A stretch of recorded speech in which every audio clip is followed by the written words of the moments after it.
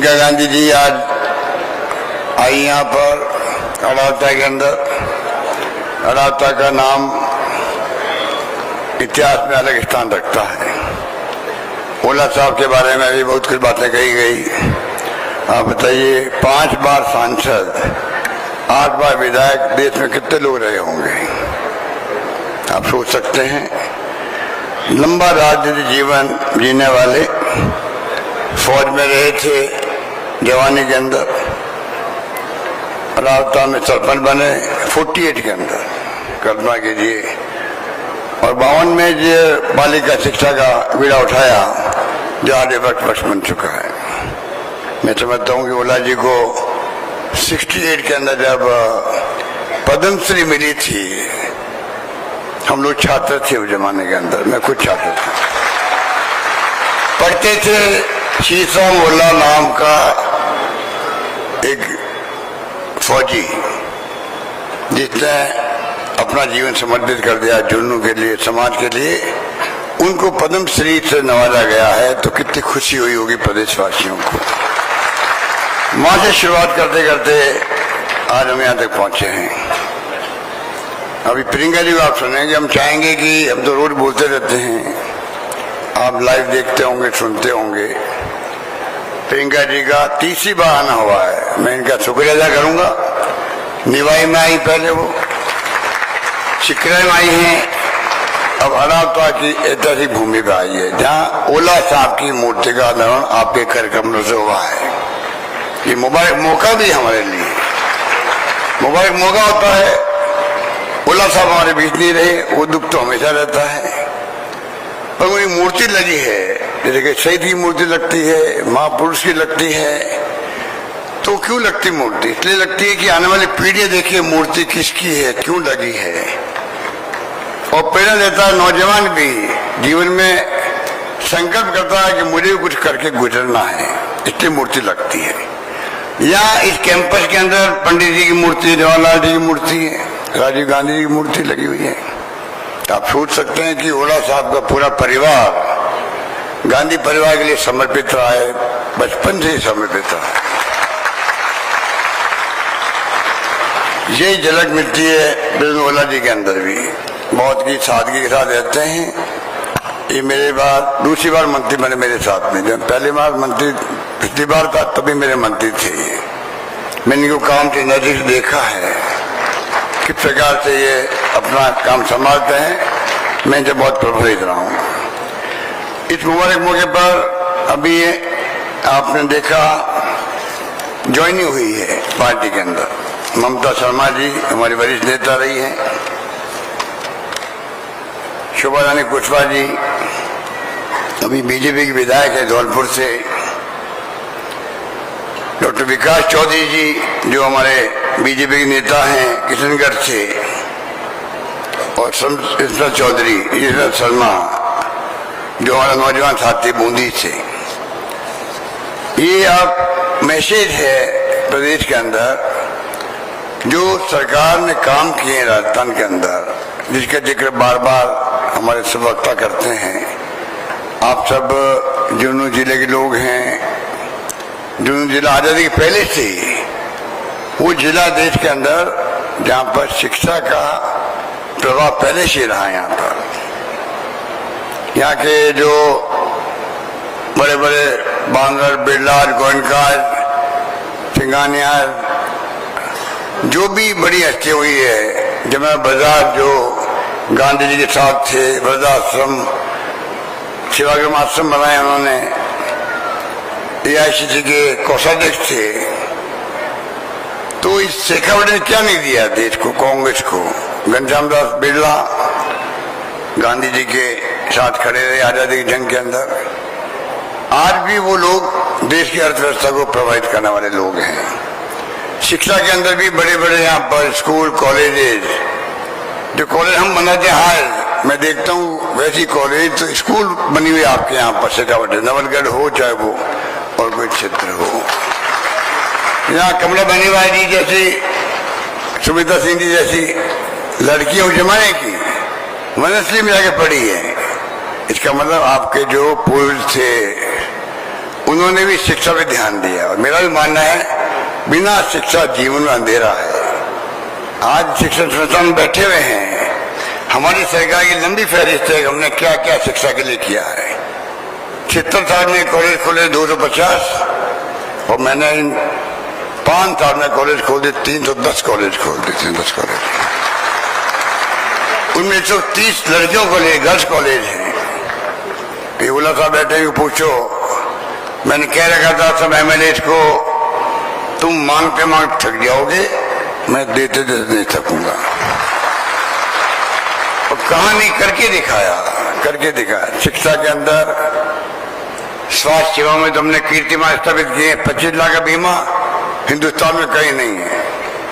दुर्घटना बीमा, महंगाई राहत शिविरों में जो हमने गारंटी दी आप लोगों को, वो गारंटी खाली दी नहीं है, लागू भी कर दिया हम लोग। पेंशन राजस्थान वो राज्य है जहाँ 1 करोड़ लोगों को, विधवाओं को, बुजुर्गों को, निःशक्तजनों को पेंशन मिलती है। पति पत्नी तो 2000 मिलती प्रति माह। ये सोशल सिक्योरिटी है, ये कोई एहसान नहीं है आपके ऊपर, ये सरकार का दायित्व है। आज महंगाई का दौर है।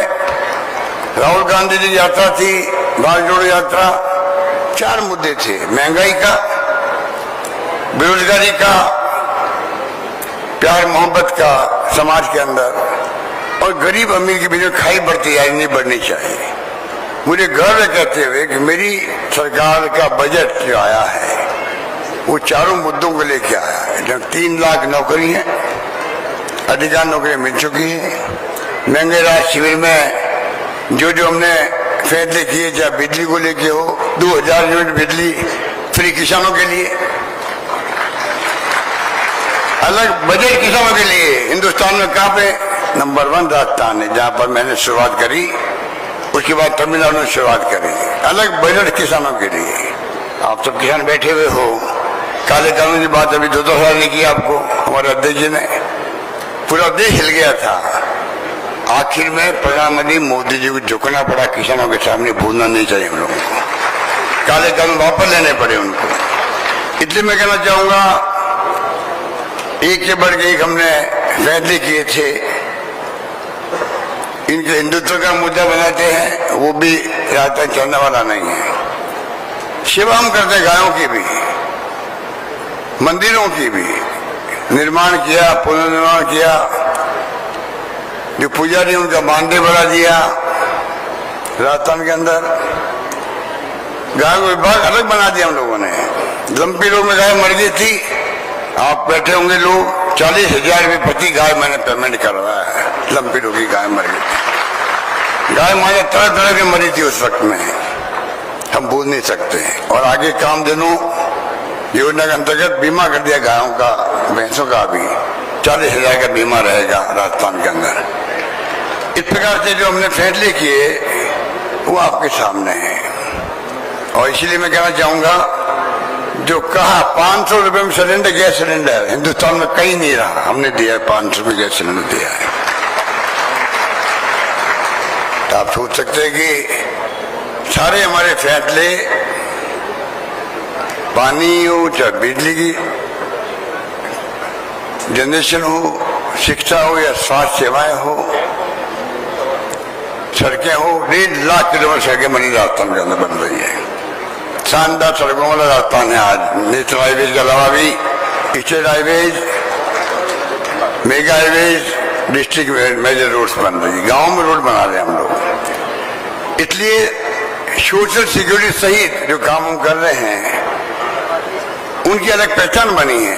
और हमने कहा है महिला हमारी टारगेट है, किस प्रकार ये सशक्तिकरण हो।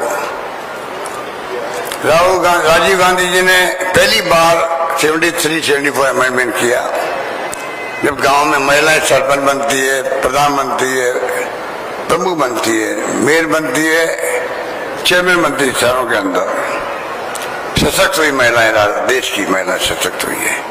सोनिया गांधी ने झंडा उठा रखा था आरक्षण का, महिलाओं का आरक्षण पार्लियामेंट के अंदर, असेंबली के अंदर। आखिर में 9 साल बाद में मोदी जी को झुकना पड़ा, वो कानून लाना पड़ा। यूपी गवर्नमेंट ला चुकी थी कानून, एक सदन पास हो गया था, तो पास नहीं हो पाया बाद में। अब वो कानून भी पास होगा, महिलाओं को आरक्षण मिलेगा। और हम लोग स्मार्टफोन, और महिलाएं जो है वो भी गांव में जाओ, ढाणे में जाओ, महिलाएं मोबाइल से बात करती है, उनकी बच्चियां पढ़ती है मोबाइल से, वीडियो कॉन्फ्रेंसिंग पढ़ती है, वो ऑनलाइन पढ़ती है। एक महिला अपने पति से बात कर सकती है, माँ बेटे से बात कर सकती है, चाहे वो विदेश में रहे या कहीं रहे। ये क्रांति है। ये क्रांति कौन लेके आया? राजीव गांधी लेके आए थे, जिनकी मूर्तियां लगी हुई है रास्ता के अंदर, इस कैंपर के अंदर। उस पर लोग समझ नहीं पाए राजीव गांधी क्या कहना चाहते हैं। 21st सेंचुरी की बात करते थे।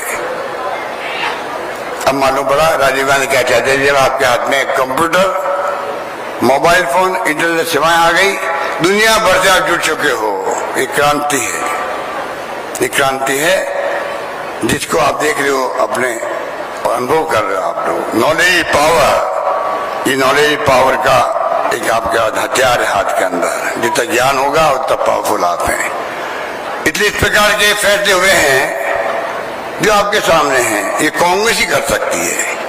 कांग्रेस के लोग विचारधारा प्रोग्रेसिव है, वो सोचती है आगे की बात सोचती है। इनकी तो दकियानुशी नहीं है, इनकी तरफ धर्म के नाम में लोग भड़काने वाले नहीं है, इनकी तो फासिस्टी सोच नहीं है। ईडी, इनकम टैक्स, सीबीआई से राज करो। हम अपने विपक्ष को भी सम्मान देते हैं क्योंकि लोकतंत्र है। ये लोग विपक्ष को दुश्मन मानते हैं, दुश्मन निकालते हैं, नफरत करते हैं लोग। ये सत्ता में काबिल लोग नहीं है, मैं कह सकता हूं आपको। धर्म के नाम बैठे हुए अलग बात है। इसलिए मैं कहना चाहूंगा हालात बड़े गंभीर है। हमने तय कर रखा है, हमने जो आपको गारंटी दी, पहले आपको आश्वासन दिया था मैनिफेस्टो में, हमने 90% मैनिफेस्टो पूरा किया। घोषणा पत्र हमारा, हमने महंगाई राशि में 10 आपके लिए वादे लिए थे, गारंटी कार्ड दिए थे आपको। वो सब काम लागू हो गए, खाली कहा नहीं है, लागू भी हो गए। 100 यूनिट बिजली, 1 करोड़ 4 लाख लोगों का बिल जीरो हो गया राजस्थान का। 1 करोड़ 4 लाख लोग जीरो हो गया। 14 लाख किसानों का बिल जीरो हो गया है 2000 यूनिट बिजली फ्री करने से। क्या नहीं किया आप समझ सकते हो। हमने मिनिमम इनकम गारंटी बना दिया राजस्थान में। शहरों में भी गारंटी दे रहे हैं रोजगार की, नरेगा की तरह। देश में 2-3 राज्य होंगे जो ये गारंटी दी है, लागू कर दिया है। इस प्रकार से जो मैं दावे के साथ कह सकता हूं आपको, जो फैसले हमने किए हैं, स्कीम हमारी है, कानून ने पास किए हैं, उसके कारण राजस्थान आज पूरे देश में चर्चा में आ गया। पहली बार राजस्थान चर्चा में आ गया देश के अंदर। ये राजस्थान के अंदर ऐसे स्कीम आ रही है, पूरे मुल्क में तारीफ हो रही है स्कीमों की। 25 लाख का बीमा मैं फिर कहना चाहूंगा, कोई मामूली बात है और सबको है, लोग समझते नहीं है। बाकी राज्यों में 15%, 20%, 22% है पब्लिक कवर 5 लाख के बीमे से। आयुष्मान भारत 5 लाख का बीमा भारत सरकार का है। खाली सोशियो इकोनॉमिक सर्वे जो हुआ था यूपी गवर्नमेंट का, वो लोग कवर है। चिरंजीवी योजना में पूरा प्रदेश कवर है, एकमात्र राजस्थान राज्य देश के अंदर पूरा प्रदेश कवर है। इसलिए मैं कहना चाहूंगा, अब मैंने ये जो माहौल बना देश के अंदर, उससे हमने भी तय किया है। मैं चाहता हूं प्रियंका जी गारंटी, आज हमारी 2 गारंटी थी, उनको प्रियंका जी के द्वारा हम घोषणा करवाएं। प्रियंका जी ने कहा नहीं, आप खुद घोषणा करो। इसलिए मैंने कहा चलो 2 बातें मैं और कहना चाहूंगा। हम चाहेंगे आपको, आज तक किया वो आपके सामने है, बार बार बनाने की आवश्यकता नहीं है। बहुत लंबी लिस्ट है, वक्त लग जाएगा। छात्रों के लिए, युवाओं के लिए, महिलाओं के लिए, किसान के लिए, सब कुछ किया हम लोगों ने। निसज्जनों के लिए, विधवाओं के लिए। अब हमने तय किया है गारंटी देने की बात है। पहली गारंटी होगी जो हमने पहले 500 रुपये सिलेंडर दिया था आपको, वो दिया था खाली उज्ज्वला योजना की महिलाओं को दिया था। उज्ज्वला योजना की महिलाओं को दिया था खाली। आज मैं एक गारंटी दे रहा हूं, सरकार हमारी आएगी तो 1 करोड़ 5 लाख परिवारों को 500 रुपये सिलेंडर मिलेगा।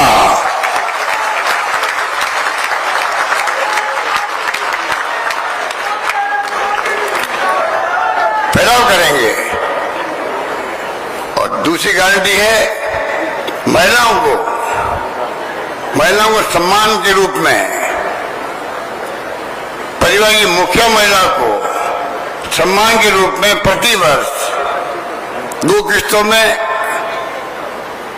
वो तुम तय करेंगे, 2 या 3 में 10,000 रुपये प्रति महिला मिलेगा। 10,000 रुपये मिलेगा।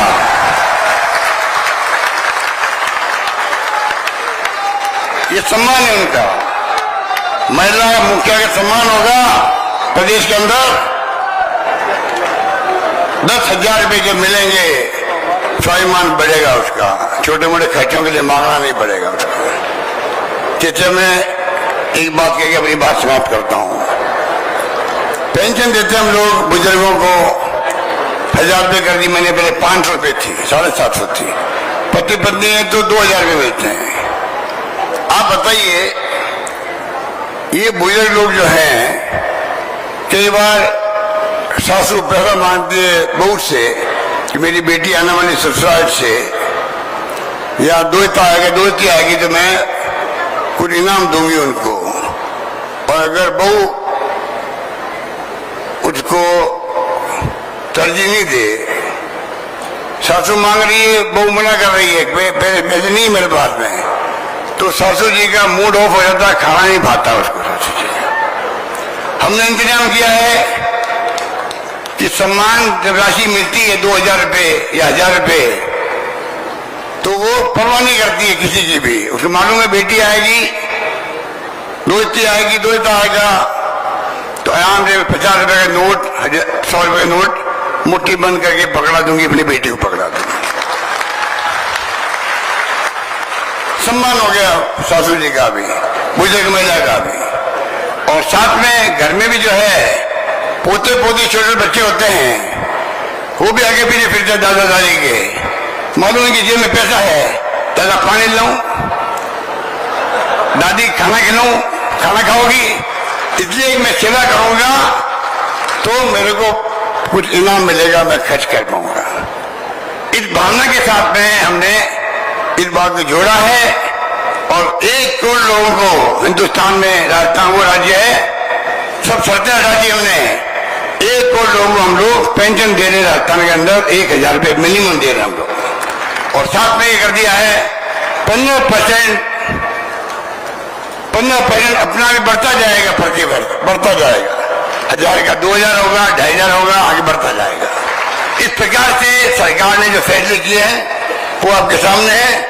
मैं चाहूंगा कि बहुत अच्छा लग रहा मुझे, क्योंकि मैं 3री 4थी बार आया हूँ यहाँ पर। इंदिरा जी आई थी, राजीव गांधी जी आए थे, सोनिया जी आई थी। ये अनाथा का नाम ओला साहब के साथ जुड़ गया इस प्रकार से।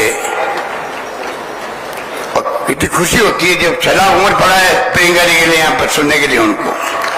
मैं चाहूंगा कि वो हम सबको संबोधित करें, मैसेज दे राजस्थान के अंदर।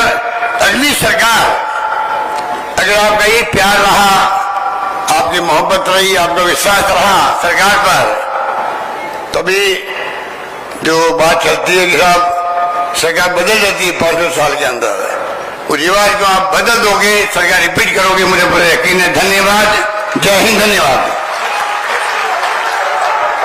ओपीएस के लिए बात करके खत्म करता हूँ। ओपीएस लागू किया मैं कर्मचारियों के लिए, वो भी इतिहास बन गया देश के लिए। ओपीएस आईजीएसएस हेल्थ स्कीम है कर्मचारियों के लिए, वो भी शानदार है। आज केंद्र सरकार कुछ नहीं कर पा रही है। अभी रैली हुई थी रामलीला मैदान के अंदर, पूरे देश भर के कर्मचारियों की। हमने तय किया है ओपीएस को लागू रखेंगे, चाहे कोई बात हो जाए, खत्म नहीं करने वाले हम लोग। धन्यवाद, जय हिंद।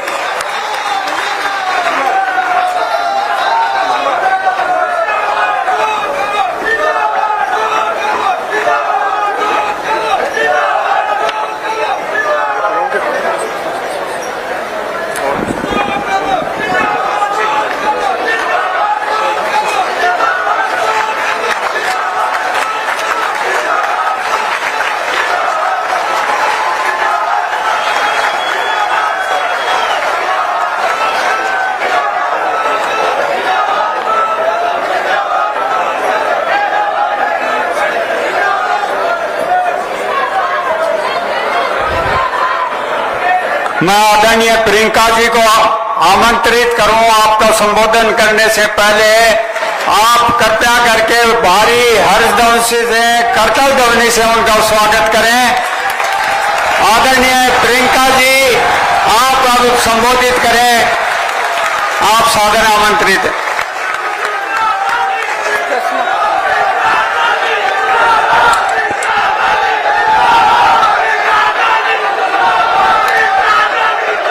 सबसे पहले तो मेरी बहनें बहुत सारी बैठी हैं, आप सबका इस सभा में बहुत बहुत स्वागत। काफी समय से बैठी हैं, मैंने सुना 11:30 बजे आई थी। हाँ, 11 बजे। गर्मी भी बहुत है और वहां पे काफी नौजवान लड़कियां भी। अब बोर हो रही हो? अभी नहीं? तो मैं करती हूँ थोड़ा बोर तुझे। श्री अशोक गहलोत जी, श्री सचिन पायलट जी, श्री सुखजिंदर सिंह रंधावा जी, श्री गोविंद सिंह दोतासा जी, श्री ब्रिजेंद्र ओला जी, श्री हेमाराम चौधरी जी, श्री गोविंद राम मेघवाल जी, राजकुमार शर्मा जी, रीता चौधरी जी, जेपी चंदेलिया जी, जितेंद्र सिंह जी,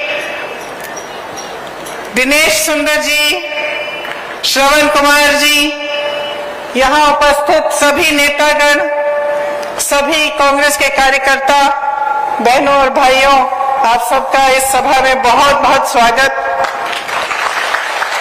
शुरू करने से पहले एक बार मेरे साथ शाकंभरी माता की, सालासर बालाजी महाराज की,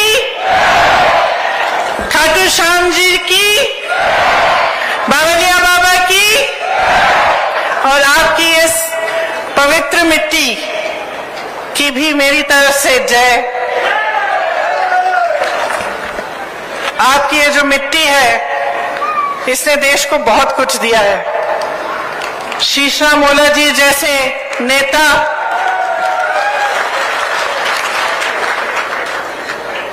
अनगिनत शहीद सैनिक,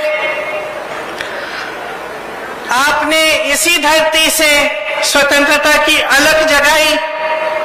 1857 से लेकर आज तक आपकी धरती के वीर इस देश के लिए शहीद होने के लिए तैयार हैं। यहाँ की माताओं को मेरा प्रणाम। सबसे ज्यादा रिटायर्ड सैनिक झुंझुनू में ही है और सबसे ज्यादा सैनिक जो सरहद पे आज भी तैनात हैं, वह भी झुंझुनू से हैं।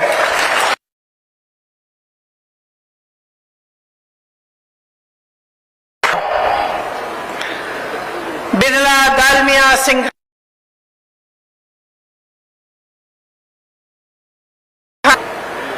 यहाँ पर जो शिक्षा का केंद्र बना, जहां जो पूरे विश्व में प्रसिद्ध है, ये भी, इसका भी निर्माण आप ही ने किया। भारत की जो गंगा जमुनी संस्कृति है, यहाँ झुंझुनू में इसका मिसाल भी है। यहाँ चंचल नाथ जी के टीले पर कव्वाली भी सुनाई देती है और कमरुद्दीन जी की दरगाह पर भजन भी। ये राजस्थान प्रदेश वीरों का प्रदेश है। आपको गर्व होना चाहिए अपने प्रदेश पे। आपने हमारे देश को कितना दिया। आपकी मेहनती जनता, दिन रात काम करने वाले किसान, आप ही ने इस देश का निर्माण किया है। आप ही ने इस प्रदेश को आगे बढ़ाया है। आपका इतिहास शौर्य का है, शक्ति का है। एक ऐसा इतिहास है जिस पर पूरे देश को गर्व है। तो आज आपके सामने मैं चुनाव के मौके पर खड़ी हूं। ओला जी ने कहा कि मेरे परिवार के बहुत सदस्य मेरे से पहले यहां आए, उन्होंने अपने परिवार के सदस्यों की भी बात की। शायद पायलट जी ने आस्था की बात की कि किस तरह से झुंझुनू के लोगों ने इन नेताओं में अपनी आस्था रखी। चुनाव आता है तो हर पार्टी के लोग, हर पार्टी के नेता आते हैं, सबके भाषण सुनते हैं आप।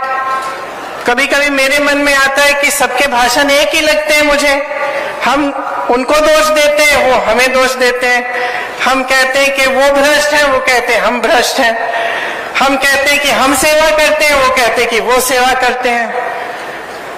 तो आपको कैसे मालूम होगा कि किसकी बात सही है और किसकी नहीं है? और इस देश को चलाने के लिए, प्रदेश को चलाने के लिए आप एक नेता में या एक पार्टी में क्या उम्मीद रखते हैं, क्या चाहते हैं उससे? आपने इस बात को गहराई में, आपने इस बात के बारे में सोचा है? आज मैं इस बात को आपके सामने रखना चाहती हूं कि जो नेता होता है, जो प्रदेश को चलाता है या देश को चलाता है, उसको एक गहरी समझ होनी चाहिए। किसी ने कहा विजन होना चाहिए, रोड मैप होना चाहिए। क्या होता है ये विजन, ये रोड मैप? ये होता है कि भविष्य में क्या बनाना चाहते हैं, किस तरह से प्रदेश का निर्माण करना चाहते हैं, देश को किस तरह से मजबूत बनाना चाहते हैं, और इसमें क्या क्या चीजें हैं जो उसको करनी चाहिए। और ये विजन जो होता है, ये रोड मैप जो होता है, इसी के जरिए फिर विकास होता है। जिस तरह से यहाँ आपका कॉलेज है, ये छात्राएं बैठी हुई हैं, आज आप पढ़ाई कर रही हैं। अगर एक ऐसा नेता इस प्रदेश को चला रहा है जो आपके भविष्य के बारे में सोचे नहीं, तो आप कितनी भी पढ़ाई कर लें, आपको जॉब नहीं मिलेगा। आप रोजगार ढूंढते हुए भटकते जाएंगे, रोजगार नहीं मिलेगा। अगर ऐसी सरकार है जो सोच नहीं रही है आगे के बारे में, भविष्य के बारे में, आप देखिए यहाँ पे बिट्स पिलानी है आपके क्षेत्र में, किसी के सोच के जरिए बनी। बिरला जी ने बनाई, नेहरू जी ने उनका प्रोत्साहन किया, कहा बनाओ, ऐसा इंस्टीट्यूट बनाओ जो विश्व में प्रसिद्ध हो जाए, और उन्होंने किया। आज की सरकार को देखिए, आज की सरकार सिर्फ 2 उद्योगपतियों का प्रोत्साहन कर रही है, सिर्फ 2। उनके जो मित्र हैं उनको पूरी देश की संपत्ति सौंपे जा रहे हैं। देश के बंदरगाह, देश के एयरपोर्ट, देश के जितने भी बड़े बड़े PSU थे। अब आप सोचिए, मैंने भविष्य की बात की। भविष्य में सोचते हैं तो सबसे ज्यादा क्या होता है जरूरी भविष्य के लिए, नौजवानों के भविष्य के लिए? बहनें आप यहाँ बैठी हैं, आप अपनी बेटियों को, अपने बच्चों को पढ़ाती लिखाती हैं, मेहनत करती हैं, रोज खेती में जाती हैं, मेहनत करती हैं, और उस मेहनत की कमाई से इन्हें पढ़ाती हैं। तो आप क्या उम्मीद रखती हैं इनके भविष्य के लिए कि बड़े होकर नौकरी मिलेगी, कमाएंगे, खुद अपना भविष्य मजबूत बनाएंगे? तो अगर एक ऐसी सरकार है जो रोजगार बना ही नहीं रही है, तो फिर आपके भविष्य का क्या होगा? जिसका विजन नहीं है, रोड मैप नहीं है कि रोजगार कैसे बनेंगे। शिक्षा की एक नई संस्था नहीं बनाएंगे, जो पुरानी है उनको भी बिगाड़ के रख देंगे। अगर ऐसी सरकार होगी तो आपके भविष्य का क्या होगा? देखिए, रोजगार कहां से बनते हैं, समझ लीजिए ये बात। सबसे पहले तो बड़े बड़े जो PSU थे, इससे बनते थे। आज मैंने कहा आपसे, सब के सब अपने बड़े बड़े उद्योगपति मित्रों को सौंप दिए हैं। वहां प्राइवेटाइज हो जाता है, उसमें ना आरक्षण होता है और उसमें ना रोजगार बनते हैं। तो जिस सबसे बड़ी जो PSU थे, जहां से रोजगार बनते थे, वो तो इन्होंने अपने बड़े बड़े उद्योगपति मित्रों को सौंप दिए। और ये भी नहीं कहा कि चलो जितने अच्छे उद्योगपति हैं, मैंने इतने नाम लिए आपके सामने जो सब आप ही के क्षेत्र के थे, इन सबका प्रोत्साहन सरकारों ने किया था एक जमाने में। सबको मदद की थी कि आप बड़े बनेंगे तो आप रोजगार दिलवाएंगे, आपकी कंपनियां बड़ी होंगी तो मजबूती होगी देश में। आज सिर्फ 2 उद्योगपति और उनके ऐसी कंपनियां हैं, ऐसे कारोबार हैं जिससे रोजगार नहीं बनते। तो एक तो रोजगार का जरिया यहाँ खत्म हो गया। दूसरा, रोजगार का सबसे बड़ा जरिया क्या होता था, माध्यम क्या होता था? खेती किसानी। और आपने सबकी बातें सुनी, आप खुद जानते हैं कि जब किसान का आंदोलन हुआ, किस लिए हुआ इतना बड़ा आंदोलन? कितने किसान शहीद हुए? क्यों उतरे वो सड़क पे? क्योंकि ऐसे काले कानून ला रहे थे जो कि ये पूरी खेती किसानी भी अपने बड़े बड़े उद्योगपति मित्रों को सौंपने जा रहे थे। आपको अपनी जमीनों पर हक, अपनी खेती पर हक, वो सब बिगाड़ने जा रहे थे। और झुके, जरूर झुके, लेकिन ये भी समझ लीजिए बहनों और भाइयों, कब झुके? चुनाव से पहले झुके।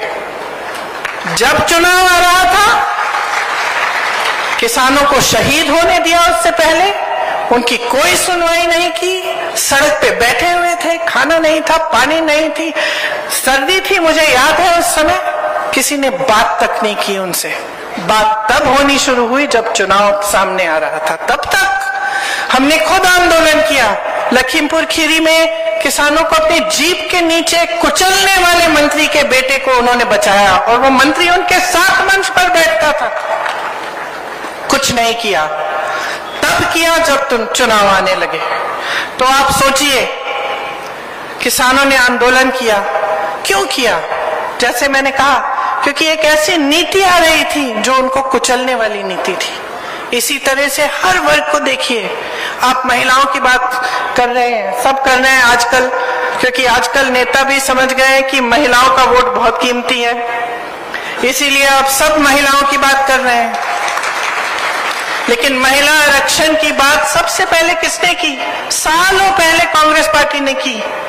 महिलाओं को आरक्षण किसने दिए? पंचायतों में सबसे पहले कांग्रेस पार्टी ने दिए। और इन्होंने एक ऐसा कानून पास किया है जो 10 साल तक ये कहते हैं लागू नहीं होगा। तो क्या करेंगे हम इस आरक्षण का, अगर 10 साल हमें रुकना पड़ेगा इसके लिए? तो इनकी बातें जो है पूरी तरह से खोखली हैं। जो उदारता होनी चाहिए, जो समर्पण होना चाहिए, वो नहीं है। उदारता तो वो होती है जो किसान बाहर बैठा हुआ है, सर्दी में खा नहीं रहा है, पी नहीं रहा है, सुनवाई तो कर लो, समझ तो लो क्या कह रहा है, इस देश की जनता क्या कह रही है आपसे। लेकिन आज जो सरकार है, मोदी जी की सरकार, भाजपा की सरकार, उसमें आपकी कोई सुनवाई नहीं है। ये सरकार सिर्फ बड़े बड़े उद्योगपतियों के लिए चल रही है, और वो भी गिने चुने जो इनके मित्र हैं, जिनको पूरी देश की संपत्ति सौंपकर इनकी सत्ता मजबूत रहे। तो आपको समझना पड़ेगा कि आज की जो परिस्थितियां हैं, उनसे आपका भविष्य कैसे बनेगा। ओपीएस की आपने बात की। अब जो कर्मचारी है 20-20 साल काम करता है, उसकी क्या उम्मीद होती है? और सरकारी नौकरी, मुझे याद है बचपन में भी जब मैं छोटी थी तो मुझे याद है कि बहुत लोग आते थे कि सरकारी नौकरी किसी तरह से इंदिरा जी से कह दीजिए, पिताजी से कह दीजिए, किसी तरह से हमारी लग जाए तो हमारा जीवन बन जाएगा। किस लिए कहते थे ये बात? क्योंकि नौकरी करने के बाद 20-20 साल नौकरी करने के बाद पेंशन तो ठीक ढंग का मिलता था, उसकी सुरक्षा होती थी। आज जितनी भी ये पुलिसकर्मी है, जितने यहाँ तैनात हैं, क्या किसी को पुराना पेंशन नहीं मिल सकता? जब आप मांग उठाते हैं तो आपको कहा जाता है कि पैसे नहीं है इसके लिए। तो अगर इसके लिए पैसे नहीं है तो बताइए, इतने बड़े बड़े उद्योगपतियों के कर्ज माफ करने के पैसे कहां से आए? जो हजारों करोड़ रुपए इनके माफ होते हैं, वो पैसे कहां से आए? जो मोदी जी 2 हवाई जहाज अपने लिए विदेश में जाने के लिए खरीदते हैं, एक 8,000 करोड़ का, दूसरा 8,000 करोड़ का, 16,000 करोड़ के 2 हवाई जहाज सिर्फ अपने लिए खरीदते हैं, उसके लिए पैसे हैं। 20,000 करोड़ रुपए के आपके पास है खर्चने के लिए नए संसद को बनाने के लिए, जबकि पुराना संसद ठीक तरह से चल रहा है। उसका सुंदरीकरण करने के लिए आप 20,000 करोड़ रुपए खर्च करने के लिए तैयार हैं, लेकिन किसान की मांग, किसान का कर्ज माफ नहीं करेंगे। ओपीएस के लिए आपके पास पैसे नहीं है। तो आज की सच्चाई ये है, असलियत ये है, आपने देश को अनगिनत शहीद दिए। इस सरकार ने क्या किया? आपके लिए अग्निवीर ले आए। जब मैं किसानों के लिए लखीमपुर खीरी में आंदोलन कर रही थी, उस समय जब इन्होंने किसानों को कुचला था जीप के नीचे, तो हम उनके परिवार से मिलने के लिए जाना चाह रहे थे, हमें रोक दिया गया। तो हमने, रात का समय था, हम निकल गए अपनी गाड़ी से, हम चले गए कि हम किसी न किसी तरह हम पहुंचेंगे परिवारों के पास। पुलिस ने सब जगह वो नाकाबंदी की हुई थी, हमें ढूंढ रहे थे, हम ऐसे ही निकल गए गाड़ी में पीछे छुप के।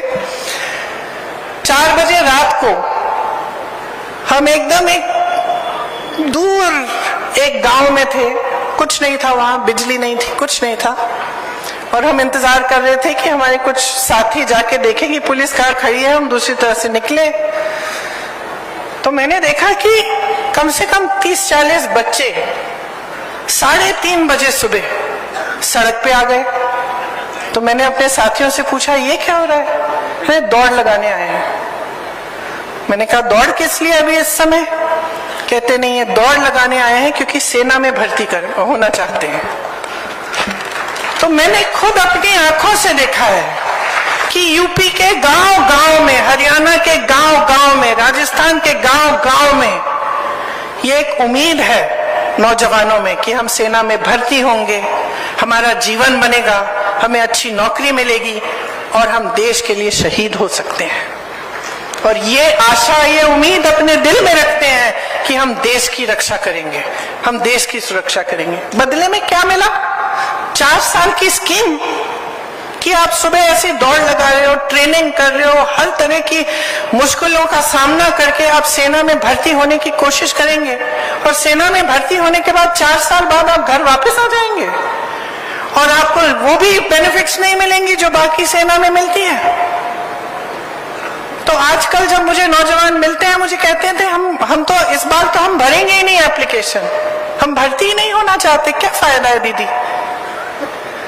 तो जहां जहां आप देखो ये सरकार आपको दबाने की कोशिश करती है और आपके भविष्य को नकारती है, सिर्फ अपनी सत्ता, अपना भविष्य देखना चाहती है। आज बेरोजगारी इस देश में 45 सालों में सबसे ज्यादा बढ़ गई है। जैसे मैंने कहा, जहां जहां से रोजगार बनना था वो तो खत्म कर दिया आपने। जो छोटे कारोबार थे, छोटे बिजनेस, छोटी दुकानें, यहां से भी रोजगार बनते थे, क्या किया? नोटबंदी लाए, जीएसटी थोप दी, अब हर चीज पे जीएसटी, सब कुछ महंगा हो गया, दुकानदार अपनी कमाई नहीं कर पा रहा। तो जहां जहां से रोजगार बनने थे वो सारा खत्म कर डाला। ऊपर से महंगाई इतनी बढ़ा दी कि प्रदेश की सरकारें आपके लिए महंगाई राहत कैंप लगा रही हैं। आपके लिए प्रदेश की अशोक गहलोत जी की सरकार महंगाई राहत शिविर लगा रही है, क्योंकि महंगाई भाजपा की जो देश में जो सरकार है केंद्र में, उन्होंने इतनी बढ़ा दी है। मेरी बहनें बैठी हैं, आपको मालूम है जब कुछ पकाना पड़ता है या कोई त्योहार होता है, अभी दशहरा था, अब दिवाली आएगी, तो मन में क्या बात है कि किस तरह से मैं करूंगी।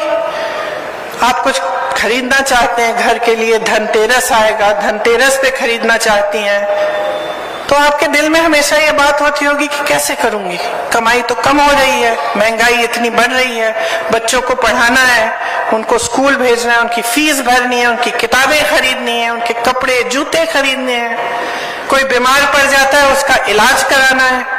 यहाँ तो प्रदेश सरकार ने आपको इतनी मदद दी है, महंगाई राहत शिविर लगाए हैं, इलाज के लिए 25 लाख का बीमा है, 25 लाख का इलाज मुफ्त। जब मैं दूसरे प्रदेशों में जाती हूँ और ये बात कहती हूँ तो चौंक जाते हैं।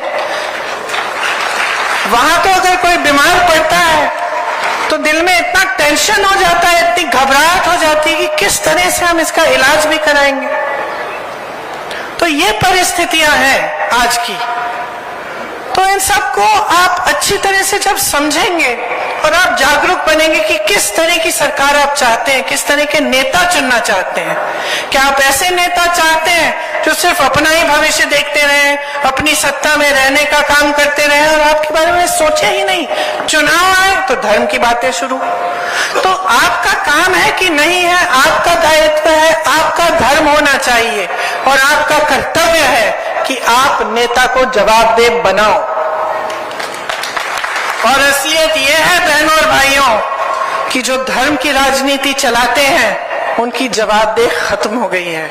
वो समझ गए हैं कि चुनाव के समय धर्म की बात कर लो, जाति की बात कर लो, सबके जज्बात उससे जुड़े हुए हैं, सबको डरा लो, सबको कह दो कि हम धर्म की सुरक्षा नहीं करेंगे तो ऐसा हो जाएगा, वैसा हो जाएगा और वोट मिल जाएंगे। ये समझ गए हैं कि काम करने की जरूरत नहीं है, सिर्फ धर्म का नाम लीजिए, जाति का नाम लीजिए, चुनाव के समय वोट बटोरते जाइए। लेकिन इस सिलसिले को बंद करना ये आपका कर्तव्य है। जब तक आप जागरूक नहीं बनेंगे, जब तक आप ये तय नहीं करेंगे कि जो नेता है वो काम की बात करे, वो काम करके दिखाए और उसी काम के अनुभव पर आपका वोट लगेगा, तब तक ये राजनीति चलती रहेगी। और देखिए, मैं कुछ दिनों पहले सिकराई गई थी, वहां पे मैंने एक बात की, इतना भड़क गए भाजपा वाले कि मुझ पे केस भी डाल दिया उन्होंने। और मैंने बात सुनिए क्या कही थी।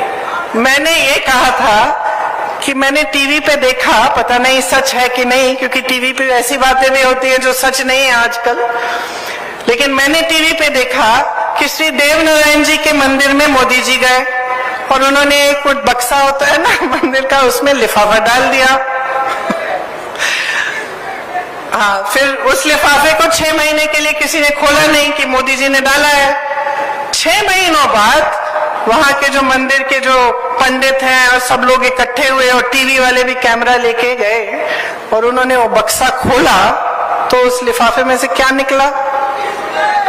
21 रुपए निकले। तो सबकी उम्मीदें कहां थी और निकला क्या? देश के प्रधानमंत्री, इतने बड़े नेता, और उन्होंने 21 रुपए का लिफाफा डाल दिया सबके सामने। कि लिफाफा तो डल रहा है, उसके अंदर क्या है हमें नहीं मालूम। तो देखिए, मैं तो समझ गई कि ये मोदी जी का लिफाफा खाली है। ये बात चुभ रही है इनको, क्योंकि ये बात सच ही होगी। और ये बात इसलिए चुभ रही है क्योंकि जो काम ये करते हैं उससे यही दिख रहा है बार बार। वो कहते हैं महिलाओं के लिए आरक्षण, आरक्षण कब आएगा? 10 साल बाद। बिल पास हुई अभी, आरक्षण आएगा 10 साल बाद। इसका मतलब क्या है? मोदी जी का लिफाफा खाली है। हमने जाति जनगणना की बात की, इन्होंने ओबीसी वर्ग के लिए बोला कि हम आगे बढ़ाएंगे, हम खूब काम करेंगे एससी, एसटी, ओबीसी के लिए। फिर जब हमने जाति जनगणना की बात की,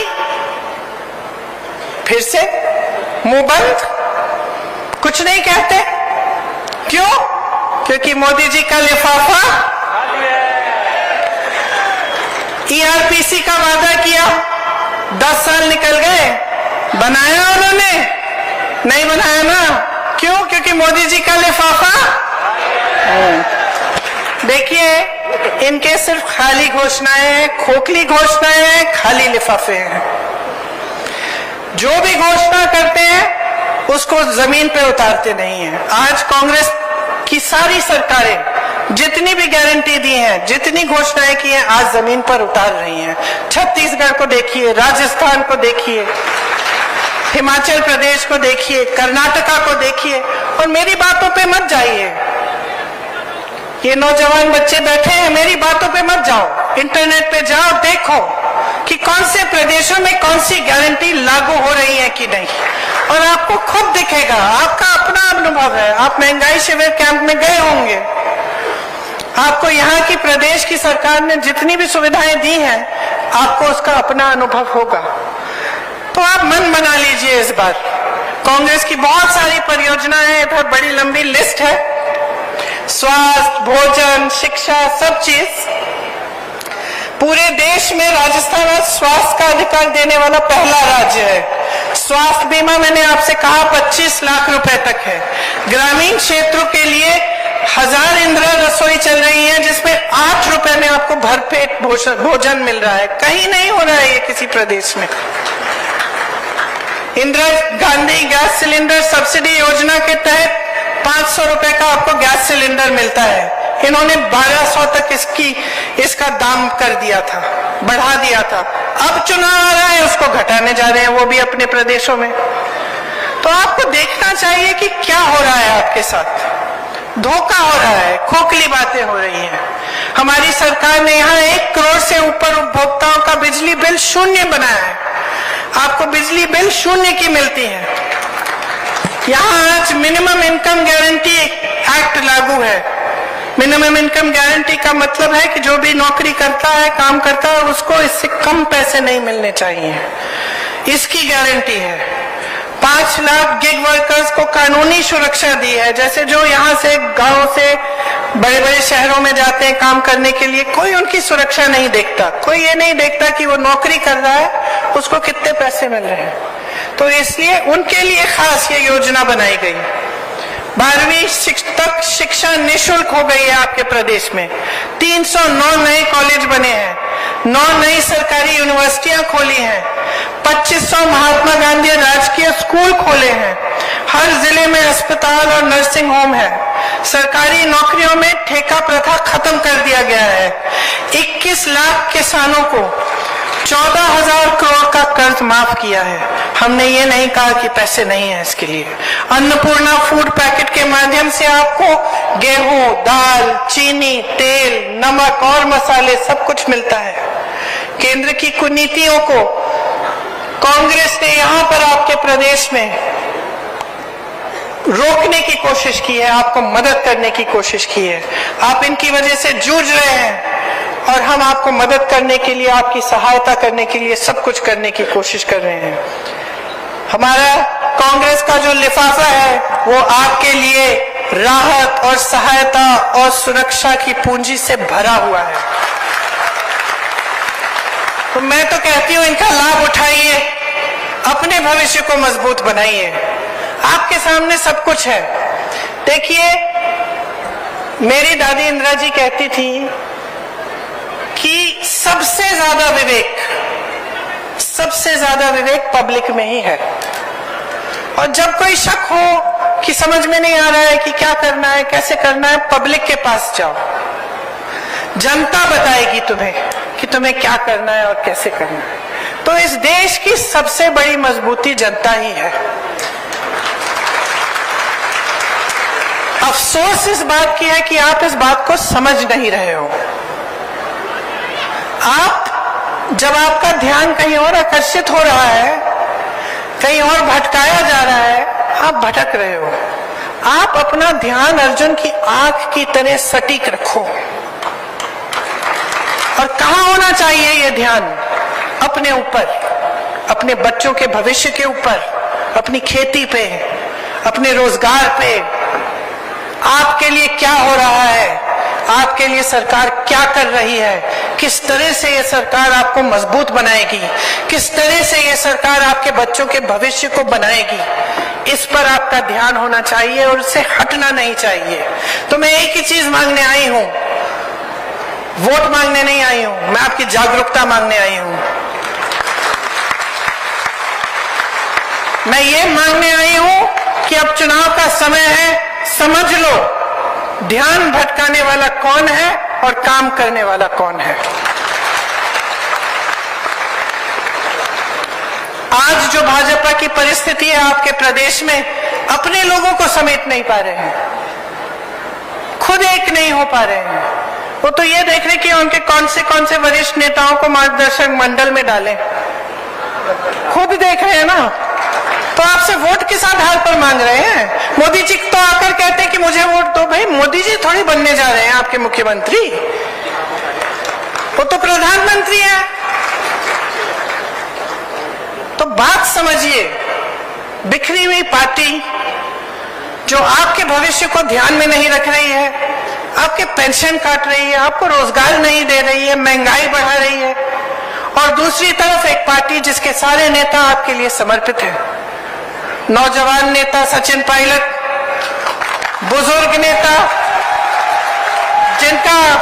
जिनका अपार अनुभव है, जो दिन रात आपके लिए एक करते हैं, जिन्होंने देखा कि केंद्र की वजह से आप तड़प रहे हैं और एकदम आपके लिए ऐसी स्कीमें लाए जिससे आपकी सहायता हो सकती है।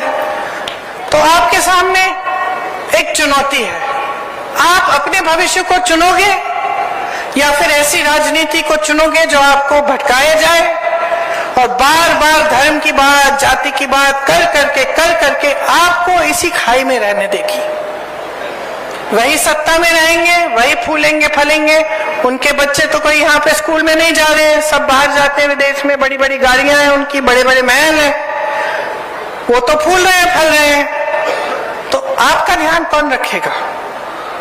तो मैं सिर्फ इतना कहने आई हूं कि आप जागरूक बनो, सबको समझो अच्छी तरह से। वो अनुभव जिसमें इंदिरा जी की आस्था थी, वो विवेक जिसमें हम सब की आस्था है, उस विवेक को जगाओ और उसी विवेक के आधार पर, उसी अनुभव के आधार पर अपना वोट डालो। एक ऐसी सरकार चुनो जो आपके लिए काम करती रहे। और जब आप ध्यान से सोचेंगे और जब आप देखेंगे कि अलग अलग प्रदेशों में क्या हो रहा है और आप देखेंगे कि भाजपा की नीतियां क्या है और कांग्रेस की नीतियां क्या है, तो मैं दावे के साथ कह सकती हूं आप सिर्फ अपना वोट कांग्रेस को दोगे, क्योंकि यही कांग्रेस पार्टी है जिसने आपके बच्चों की शहादत की आदर की है। मैं एक शहीद की बेटी हूं, एक शहीद की पोती हूं। मैं जानती हूं कि इसका मतलब क्या है और मैं जानती हूं कि जितने भी परिवार हैं यहां झुंझुनू में, जिन्होंने अपना बेटा या अपनी बेटी इस देश को दिए, जिनके बच्चे शहीद हुए हैं, मैं जानती हूं कि आप पे क्या गुजरता होगा। इसीलिए मैं कहती हूं कि एक ऐसी सरकार चुनो जो आपका आदर करे। जितनी श्रद्धा आपको नेताओं में है, आप नेताओं में रखते हैं, उतनी ही श्रद्धा नेता को आप में रखनी चाहिए। और अगर नेता भटक रहा है तो आपको सिखाना पड़ेगा। ये आपकी एक बहुत बड़ी जिम्मेदारी है, इसको पूरी तरह से 25 तारीख को निभाइए। मेरी बातों को याद रखिए, भूलिए नहीं। बोर तो नहीं किया? अच्छा, बोर नहीं हुआ तो जोर से मेरे साथ बोलो एक बार, जय हिंद, जय हिंद, जय हिंद। धन्यवाद।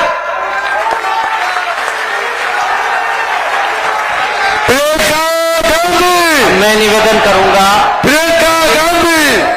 मैं निवेदन करूंगा झुंझुनू के जिला अध्यक्ष दिनेश सुंडा जी आए और एक मोमेंटो आदरणीय प्रियंका गांधी जी को भेंट करें। दिनेश जी। प्रियंका गांधी, प्रियंका गांधी, राहुल गांधी, राहुल गांधी, मल्लिकार्जुन खड़गे, मल्लिकार्जुन खड़गे, अशोक गहलोत, सचिन पायलट, गोविंद सिंह डोटासरा, ब्रजेंद्र सिंह आला, पदम श्री शीश राम जी आला, पदम गांधी जी आला। जय हिंद। सभी साथियों से आग्रह है कि वो आराम से धीरे धीरे निकले। आपका शानदार और जानदार कार्यक्रम, आज एक ऐतिहासिक कार्यक्रम आपका संपन्न हुआ। हमारी अखिल भारतीय राष्ट्रीय कांग्रेस की महासचिव श्रीमती प्रियंका